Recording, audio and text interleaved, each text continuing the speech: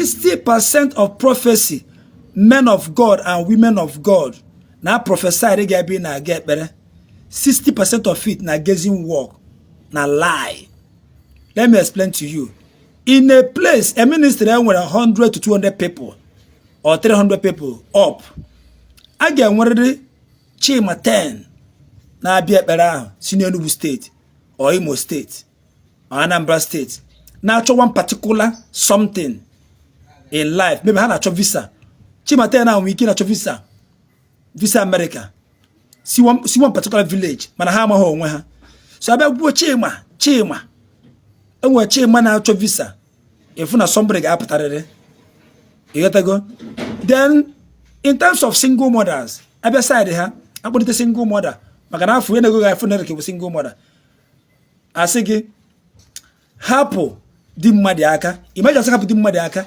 Iye da say hapo di mmadi aka because majority of single mothers who di mmadi we na achu ha. Or di mmadi we na ha approach maka ha mu go nwa. Maka young boys either like you in the moron one heavy gonna have go second hand. So on the mmadi na da achuba saba so hapo di mmadi aka. Maka am go no di mmadi we gonna na aye. If we get in work. You got to go. Sometimes it be better. Some of their agents already are drug off again. Yeah, sister, yeah, came here. Now, wow, I thought we again. I be say, I swear, I thought we on. I be aba. Afa mu somewhere. Come on, afa. Isi afa go chine. Oh, welcome. Na as when eba na memo. Imo no agent. Oh, we want to talk some information or pass here to prophet in Ebu amuma. If you mind a man, a programma, a synapograph. Hey, you got to go. Some of them are gazing work, lies. And we were original people. Yes, and original prophecy. But original prophecy only lies on, as in, repentance, salvation. You got to go. Repentance and salvation. Let me tell you something. There is no other way as a make ego for you to go and hustle. Bible says, I will bless your handwork. Then you praying to have money is wrong. But you can pray for God. And we have to spiritually, more physically. But in terms of to make money, you can wear the shop or one call. You got to go. Or one waffle in there. You got to go. So I am just telling you, some of this prophecy, even majority of this prophecy, are gazing work. And they are lies. Original prophecy. Yes, and original word.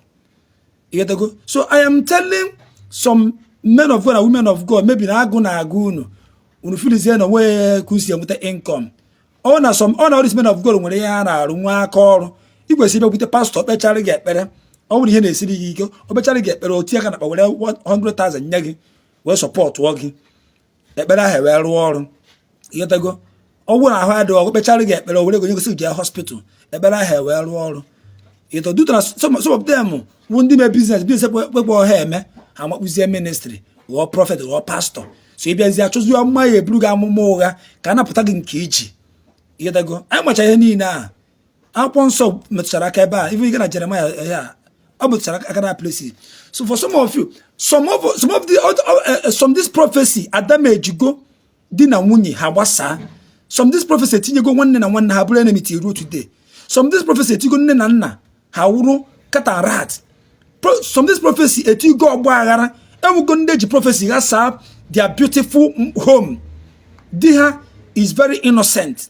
Every prophecy kosaha. Say na digu on your court. One of that man is innocent. Some are saying na digu na mad again. Aye, why na ask? Come on, the man I like came missing one madike. You gotta go. Some of this prophecy are damage go people's life. All you get when you see God give me design spirit. You know for design spirit. So that you all of them are not from God. And when they answer, and Jesus, in the name of Jesus, manani me ha we Jesus. Eating you see by where Jesus are. Cha account to chagu bo. Chabia gina digu. Chabia gina wunye. Oya na ebruga mama na digi wo onye ojo. Ya na wunye na esokwo ha na akokwo onu. O se na diga no we born afia. Diga we born. E we born afia. Omule born after that man. O ko ti side ezi no no. You got to call sad is no. Let me tell you something. This is not your wife. It's a lie. Bible mega mana onye chọtara nwa chọtara ezigbote ihe. O si na ezigbote nwaanyị dị ka rubies. Ezi nwaanyị dị ụkọ. Now, any girl na azụrụ azụ ọfụma bụ ezigbo nwaanyị. Nothing like ọ bụrụ nwunye gị. Ịnụ nwaanyị azụrụ azụ ọfụma azụrụ ọfụma nwere nkwanye ugwu. Nwa ihe ọ na-eme chịkọrọ ọkpị ya ọnụ. Ịnụ ya ezigbo nwaanyị ka nothing like onye abụrụ nwunye gị, onye abụrụ di gị. You got to go. Ịdụta ha dị ọ. And when some people, some person are saying, this is your wife. At the end of the day, so get up to some are saying, this is your husband. So what is this? So see from them money. They wouldn't want to be a mama. Amumuna wouldn't want to be. You gotta go. Over there, Bugama, see na Chuga good president. Over there, Bugama, see na Onyanka bad law. All those things. You gotta go. And when some things she can review prophet and men of God. Also how poor. He didn't ask them to prophesy it because I took review again. Also all review that take better. But I will like where I shine yeah. More nature, each would review something.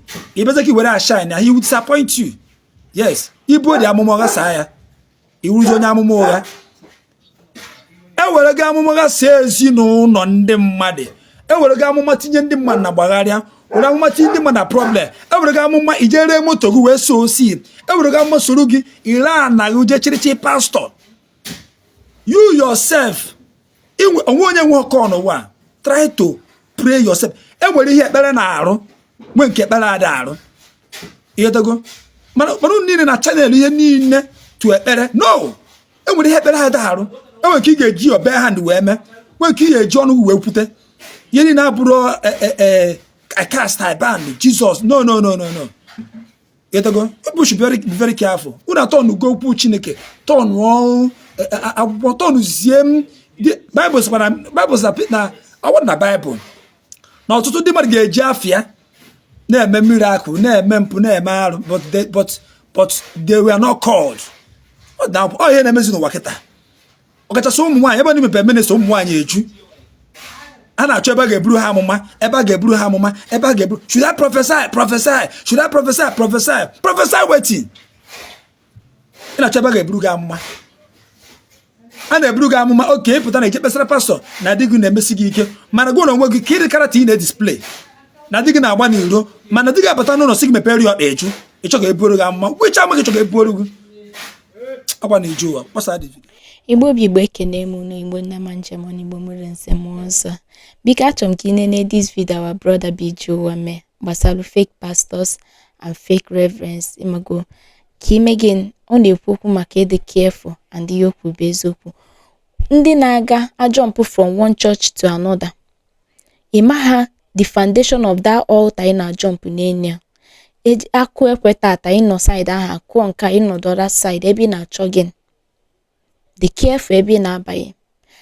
Ka anyị jigodiri picture ihe gbalụ na Facebook the other day mgbe a na-agba ebe akwụkwọ ọkụkọ na-eme ihe omenani ọkụ. The even pastor na ebe ahụ. Ihe dịbe okeke dịbe okafọ. Anyị megin ka anyị kwanyere ụwa anyị ugwu as a Christians.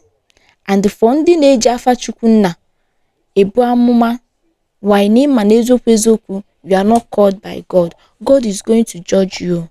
God will judge you all. For deceiving people, for making people to believe that na this thing no Chukwu na ka ha na abịa n'altar abịa ekpere. Why na iji afa Chukwu na deceive people, collecting money from them. God is going to judge you. Unu were ya na-eme gị na-emebishi ndị nke bụ good pastors. Emebi afa ha. Maybe I found abeza season na pastors instead of say some pastors. And then the baseball pastor na ha ya as ndị na-egwu wayo. Ndị fake pastors. Chukwu na ga-eme gị nga judge you need. Gen ntị n'ihe iji ụwa wee ikwu.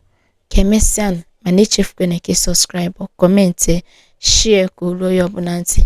Ọ ka bụkwa nwada Igbo Epic Blog. Kem again,